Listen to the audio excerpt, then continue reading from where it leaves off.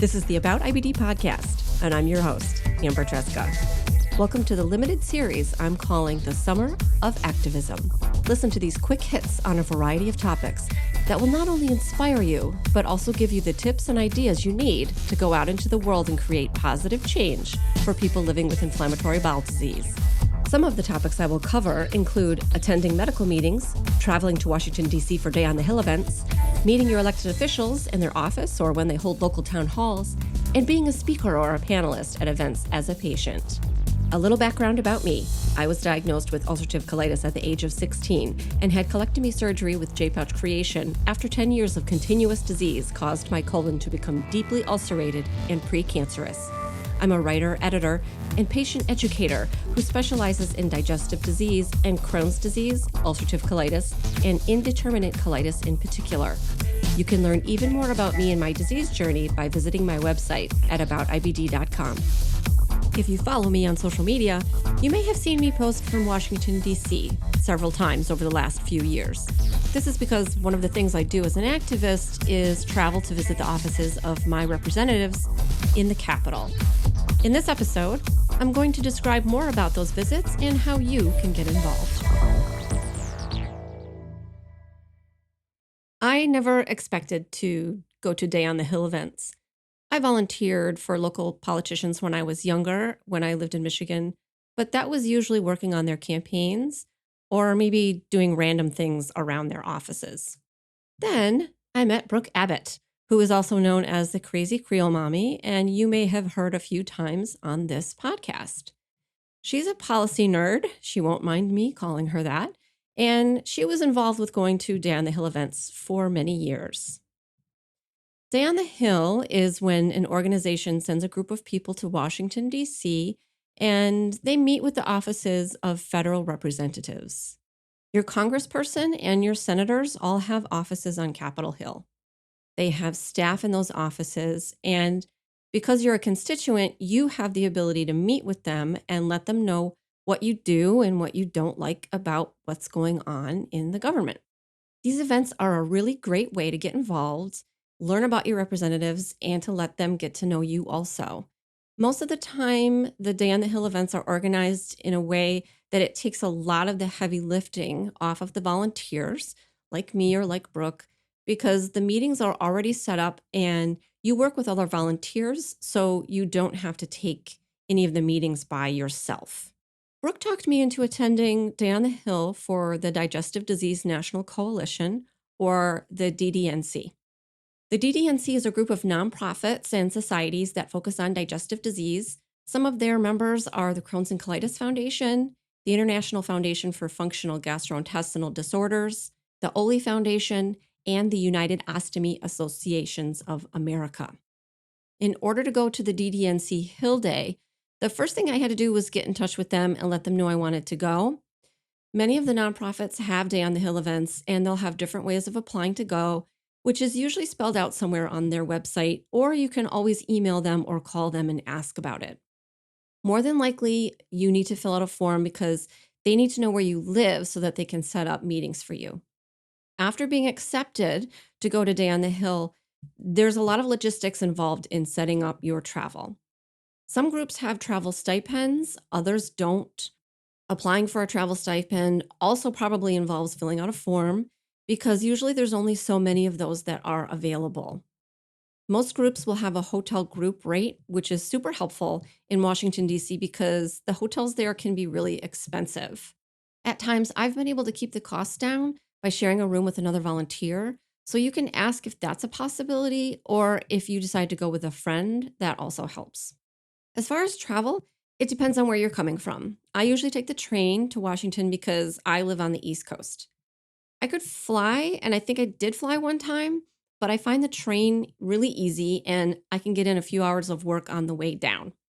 Other people drive, but the downside of that is parking is expensive and it's not easy to drive around DC if you're not used to it.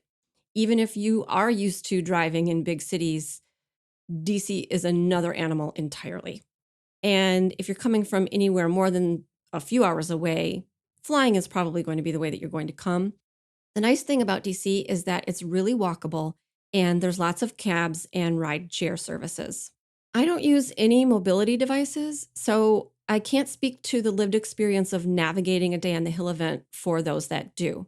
But what I can tell you is that the groups I've worked with will have a plan in place, and the organizers know, for instance, which doors in the House and the Senate buildings are the best ones to use.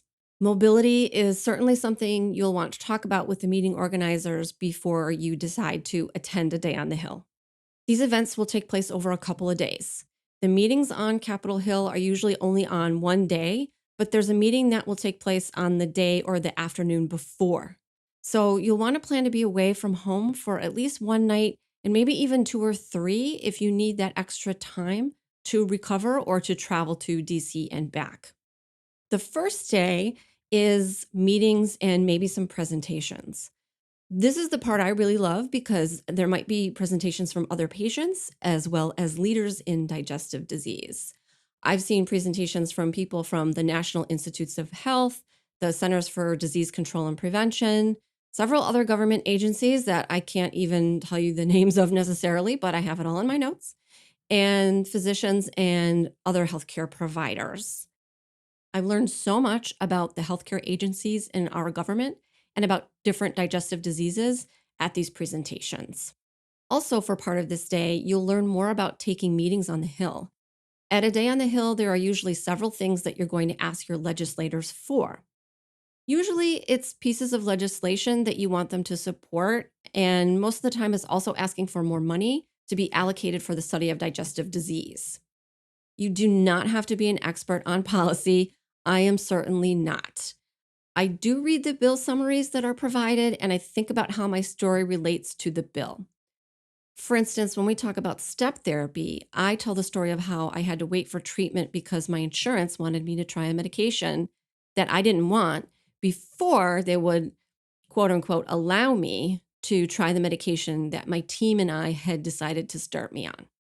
You'll also get some more practical instructions on how to get around the hill and go between buildings, going through security, which is a lot like security at the airport, and then what to expect when you go to a meeting. Most of the time, you'll have 4 or 5 meetings on one day. You almost never meet directly with your representatives. You'll meet with someone on their staff who is responsible for healthcare policy. There's usually reminders given about being patient and respectful and what to do if a meeting doesn't go as expected or if you're running late for a meeting. You'll talk to your team members and go over your schedule, maybe talk a little bit about who's going to do what, like who's going to lead the meeting, who's going to drop off materials, and the stories that you might tell. After all that, it's kind of a long day. You're usually set loose to do some sightseeing and get some dinner. The next day starts early. Usually there's a few more presentations and some more instruction over a breakfast. Then you'll make your way to the hill, sometimes walking, sometimes the group might have a bus, or sometimes teams will just get together and take a cab or take an Uber. The hill has 2 sides, the House side and the Senate side. The buildings are connected, so you can go through security and then make your way underground between the buildings if you want to do that. The nonprofit will set up your meetings and they'll do the best to make sure that your meetings aren't too far apart. So you might start on the Senate side in the morning. You'll have lunch in the cafeteria, or sometimes they'll have a lunch provided in a meeting room for you. And then after that, you'll go over to the House side and then you'll take meetings in those buildings. A lot of times, if the weather's nice and if everyone on my team is okay with it, I will walk outside between the House and the Senate and go past the Capitol building and, of course, take lots of pictures. The meetings are usually about a half an hour apart. So if you start one on time, you'll be talking for 15 or 20 minutes with a staffer, and then you'll leave to get to your next meeting. Sometimes I've had meetings that last 5 minutes because something's going on and a staffer needs to go to another meeting or an event. I've taken meetings standing in the hallway. I've taken meetings in the senator's office or in a conference room. You just have to be flexible, and you also kind of have to manage your own expectations. At the end of the meeting, I always ask if the representative is around. I'll just say something like, "Is your boss here for a quick photo?" And 99% of the time, the answer is no, but I ask anyway. Then I'll also ask to take a photo with the staff member we met with usually in the hallway outside of the office where they have the plaque with the representative's name. They'll grab another staff member from the front office to take the photo, and I let them use my phone. That way I can send the picture to everybody on the team. I also usually take a selfie either in the office or outside in the hallway again in front of the plaque. And the reason why I do this is because it's a great way to promote the Day on the Hill event on social media, because you can use the hashtag and you can tag your representative when you post the photo. And then, of course, before I leave the office, I always get a business card for the staffer, because at the end of the day, I can't always remember everyone's names, and this really helps. At the end of the day, you'll have a report out session. Most of the time, you end up meeting in a Dunkin' Donuts / Baskin Robbins that's in the basement of, I think, the Longworth House building. You'll usually fill out some information about your meetings, because you'll want to let the nonprofit know about anything notable that happened, either good or bad. You'll give some of your thoughts on how they can follow up and if their boss was interested in the legislation or anything like that. It can be hard to remember everything at the end of the day, so you might even want to take notes during the day and after each meeting. That's my download on how a Day on the Hill event will usually go. It's slightly different based on what group you're with, but in every case, I've found that I've been given enough preparation beforehand and I've never gotten lost or anything like that. The most challenging part is crafting what you're going to say and then delivering your speech and making your request while you're in the meeting. IBD puts us through a lot, and to be honest, I tell these staffers really personal and intimate things, sometimes things I've never written about. I do that because I want to make sure my point about how IBD has affected me since I was a teenager and how it's behind every single decision I make, as well as how it affects my husband, my children, the rest of my family, and my community. Sometimes I also bring in other people's stories, and I'll leave a printout with the staffer. People with IBD and other digestive disease are always welcome to send me their stories, because it helps senators and congresspeople when they need to make a decision about how to vote. It's important to remember that they work for us and they should represent us to the best of their ability. I will leave you with a few tips about attending a Day on the Hill event. If you're interested in attending, get in touch with the nonprofit group you want to work with and find out how to attend their event. They will also likely have a lot of other ways you can get involved, so you can ask about that too. When you go to Day on the Hill, you usually wear business casual clothing, but you will want really comfortable shoes because there is a lot of walking. Also, you might want an umbrella, or you might want to dress in layers because it gets hot in DC, but the buildings are air conditioned, sometimes overly so. Get in touch before you go about any mobility issues, or if you are receiving TPN, or if you have dietary restrictions, or if you have any other concerns, because the organizers will help you navigate all of that. If you can learn about your representatives before you go, that's a really good idea. Find out what committees they're on and how they voted in the past, because that really helps you as you're speaking to them, and so you're not asking them to do something perhaps that they've already done. I'm not going to say that that's happened to me, but maybe that's happened to me. If you know what bills you're going to be bringing to the representatives, you can also look those up and do a little bit of studying, and that helps you be more comfortable when you're talking about them. Most importantly, practice your elevator speech. You will have 2 to 5 minutes, sometimes less, to talk about how IBD has affected you, and you'll want to have that prepared ahead of time if you can. Lastly, you have to be flexible. Stuff happens. Meetings go late, meetings get missed, or maybe you only have 5 minutes, or you run into a congressperson in the office or in the hallway and you need to get your camera out quick. Be prepared and be on your toes. I will put information in the show notes that can help you on your journey to DC, and I hope you seriously consider going. If it's not something that you want to do, there are many other ways to get involved.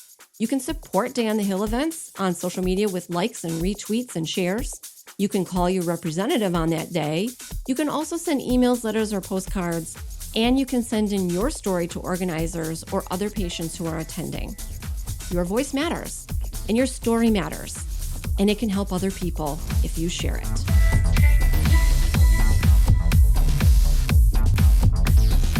Hey, super listener. I hope this helps you understand what Day on the Hill meetings are like. It's certainly not something I ever thought I would do, and not because I'm not interested in doing this work or because I don't care about what goes on in Washington. I thought I didn't know enough about public policy. But you know what? It turns out you don't need to be a public policy expert. You are already an expert on how IBD has affected you, and that's the part that really matters. And along the way, I've actually learned a lot about public policy with every event that I've attended.